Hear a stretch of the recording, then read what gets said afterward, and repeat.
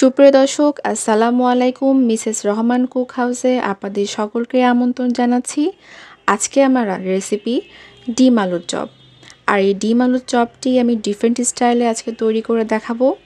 তো ফার্স্ট থেকে লাস্ট পর্যন্ত ভিডিওটি দেখতে থাকুন, আশা করছি আপনাদের কাছে ভালো লাগবে। আর আপনি যদি আমার চ্যানেলে নতুন হয়ে থাকেন তাহলে অবশ্যই চ্যানেলটি সাবস্ক্রাইব করে নিয়মিত আমাদের চ্যানেলের সাথেই থাকবেন। প্রথমে ফ্রাই প্যানে আমি এখানে তেল অ্যাড করে দিয়েছি। তেলটা গরম হয়ে আসার পর এখানে পেঁয়াজ কুচি আর মরিচ কুচি অ্যাড করে দিতে হবে। মরিচ কুচি এখানে আমি 2 চা চামচ নিয়েছি আর পেঁয়াজ কুচি নিয়েছি হাফ কাপ। মরিচ আর পেঁয়াজটা যখন তেলের ভেতরে ভাজা হবে তখন পেঁয়াজটা যখন হালকা নরম হয়ে আসবে সে পর্যন্ত এটা ভেজে নিতে হবে। বেশি কড়া করে ভাজা যাবে না, তাহলে চপটা খেতে ভালো হবে না। ভেজে নেওয়া হয়ে গেলে এখানে আমি 1 চা চামচ একটু ভর্তি করে মানে 1.5 চা চামচ এখানে আদা বাটা এবং 1 চা চামচ এখানে রসুন বাটা অ্যাড করে দিলাম। কাঁচা মশলাটা তেলের ভেতরে হালকা একটু ভেজে নেব। আর এতে কি হবে, পেঁয়াজ আর রসুনের আর আদার খুব সুন্দর একটা অ্যারোমা বের হবে। যখন ভাজা হয়ে যাবে আমি এখানে আলু নিয়েছি। এখানে আমি আলু নিয়েছি 1.5 কাপ। আলু আমি আগে থেকে সেদ্ধ করে একদম গ্রেটারে গ্রেট করে নিয়েছি। গ্রেটারে গ্রেট করলে হবে কি, আলুর ভেতরে কোনো দানা দানা ভাব থাকে না, খুব সুন্দর একটা মিহি ভাব আসে। আর হাত দিয়ে ম্যাশ করলে অনেক সময় দানা দানা ভাব থাকে, সেক্ষেত্রে চপ খেতে ভালো হয় না।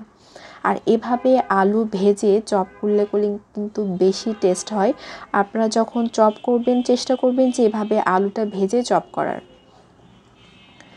সেই সাথে এখানে আমি দিয়ে দিলাম 1.5 চা চামচ জিরে ও ধনের গুঁড়ো। আর ঝালের জন্য দিয়ে দিলাম 1.5 চা চামচ লাল মরিচ গুঁড়ো। ঝালটা একদমই আপনাদের উপর ডিপেন্ড করবে। আর এখানে আমি হলুদটা অ্যাড করলাম না, কারণ হলুদটা এখানে দেওয়া যাবে না। হলুদটা দিলে তখন চপের কালারটা ভালো আসে না। স্বাদ মতো দিয়ে দিলাম লবণ। লবণের পরিমাণটা একটু কমিয়ে দিতে হবে, কারণ ভাজা জিনিসে সবসময় লবণটা একটু কম করে দিতে হয়, কারণ ভাজার পরে লবণটা একটু বেশি লাগে যদি বেশি দেন। খুব ভালোভাবে এটা মিক্সড করে নিতে হবে। দেখুন মিক্সড করে নেওয়া হয়ে গেছে। আর এখন একটি বোলে ট্রান্সফার করে আমি এটা ঠান্ডা করে নেব। আলুগুলো যখন ঠান্ডা হয়ে যাবে ঠিক সে পর্যায়ে হাতের সাহায্যে খুব ভালোভাবে এটা মিক্সড করে নিতে হবে, যেন ভেতরে যে মশলাগুলো দেওয়া হয়েছে সেটা খুব ভালোভাবে চতুর্পাশে যেন মিক্সড হয়ে যায়। যদি ভালোভাবে মিক্সড করে না হয় তাহলে দেখা যাচ্ছে এক জায়গায় মরিচ লবণ এক জায়গায় বেশি এক জায়গায় কম এরকম হয়ে থাকে। মিক্সড করে নেওয়ার পর এখানে স্বাদ বৃদ্ধির জন্য আমি এখানে অ্যাড করে দিব ধনিয়া পাতা।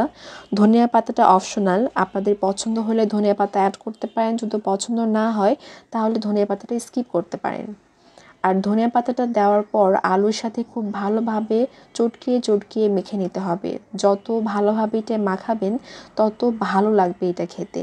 আর এই কাজটা অবশ্যই ধৈর্যের সহিত এটা করে নিতে হবে। আমার কাছে আলুর চপে ধনিয়া পাতাটা ভালো লাগে, এজন্য আমি এখানে অ্যাড করলাম। আমি দিয়েছি দেখে যে আপনাদের দিতে হবে এমন কোনো কথা নাই। আর এখানে আমি দিয়ে দিলাম চিজ, হাফ কাপ এখানে চিজ আমি এখানে অ্যাড করে দিলাম। ডিম চপে চেষ্টা করবেন যে চিজ দেওয়ার, যদি হাতের কাছে না থাকে তাহলে তো কোনো সমস্যা নাই, কিন্তু এতে চিজ দিলে যে টেস্টটা বেশি হবে বা চিজ না দিলে টেস্ট কম হবে এটা কোনো কথা নেই, কিন্তু একটু ডিফারেন্ট একটা টেস্ট আসে, লুকও আসে। চিজটা দেওয়ার পর খুব ভালোভাবে মিক্সড করে নিতে হবে। যখন মিক্সড করে নেওয়া হয়ে যাবে ঠিক সেই পর্যায়ে চপের যে শেপ সেটা করে নিতে হবে। মিক্সড করে নেওয়া হয়ে গেছে। চপ তৈরি করার জন্য এখানে আমি 2টো ডিম নিয়েছি। 2টো সিদ্ধ ডিম আমি এখানে 4 ফালি করে কেটে নিয়েছি। আপনাদের পছন্দ মতো আপনারা ফালি করে কেটে দিতে পারেন, বা একটা ডিমে 2 ফালি করে কেটে নিতে পারেন, সেটা আপনাদের উপর ডিপেন্ড করবে। আর এখানে পরিমাণ মতো আমি এখানে পুর নিয়ে নিলাম। একটা কথা আপনাদেরকে বলে রাখি, অবশ্যই চেষ্টা করবেন যে ডিমের চপ যখন তৈরি করবেন তখন আলুর পুরুত্বটা যেন বেশি না হয়। যদি বেশি হয় তাহলে কিন্তু ভাজার সময় কাঁচা কাঁচা থেকে যায়, খেতে কিন্তু ভালো লাগে না। চারদিকে খুব ভালোভাবে এটা কাভার করে নিতে হবে। তবে সবগুলো ডিমের চপ তৈরি করে নিতে হবে। আর ডিমের চপগুলো তৈরি করার পর আমি 15 মিনিটের জন্য ফ্রিজে রেখে দেব। এতে চপগুলো খুব ভালো মতো সেট হবে। আর যখন চপগুলো ফ্রাই করব তখনও খুবই সুন্দর ক্রিস্পি হবে উপরে। ফিরে আসছি 15 মিনিট পর। 15 মিনিট হয়ে গেছে, ফ্রিজ থেকে আমি চপগুলো বের করে নিয়েছি। এখন ভাজার পালা। আমি একটি ডিমের ব্যাটারে খুব ভালোভাবে চপগুলো উল্টে পাল্টে নিচ্ছি, সাথে আমি ব্রেড ক্রাম্বসের ভিতরে কোট করছি। আর এই ব্রেড ক্রামসটি আমার ঘরে করা। ব্রেড ক্রামসের রেসিপিটা আমার চ্যানেলে অলরেডি আপলোড করা আছে। আমি কিভাবে ব্রেড ক্রামস তৈরি করেছি আপনারা চাইলে ভিডিওটি দেখে নিতে পারেন। আমি এখানে ডিমের চপটি ডাবল কোট করে নিচ্ছি। আপনারা চাইলে ডাবল কোটও করতে পারেন বা সিঙ্গেল কোট করে নিতে পারেন, এটা আপনাদের উপর নির্ভর করবে।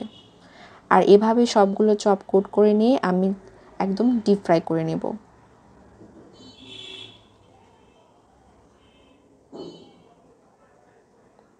চপগুলো ভাজার সময় তেলের পরিমাণটা একটু বেশি লাগবে আর তেলটা খুব ভালোভাবে গরম করে নিতে হবে। যদি ভালোভাবে গরম করে না নেন তাহলে কিন্তু চপগুলো ভাজতে ভালো হবে না। যখন ভাজবেন তখন কিন্তু এটা তেলটা বেশি অ্যাবজর্ব করে নেবে।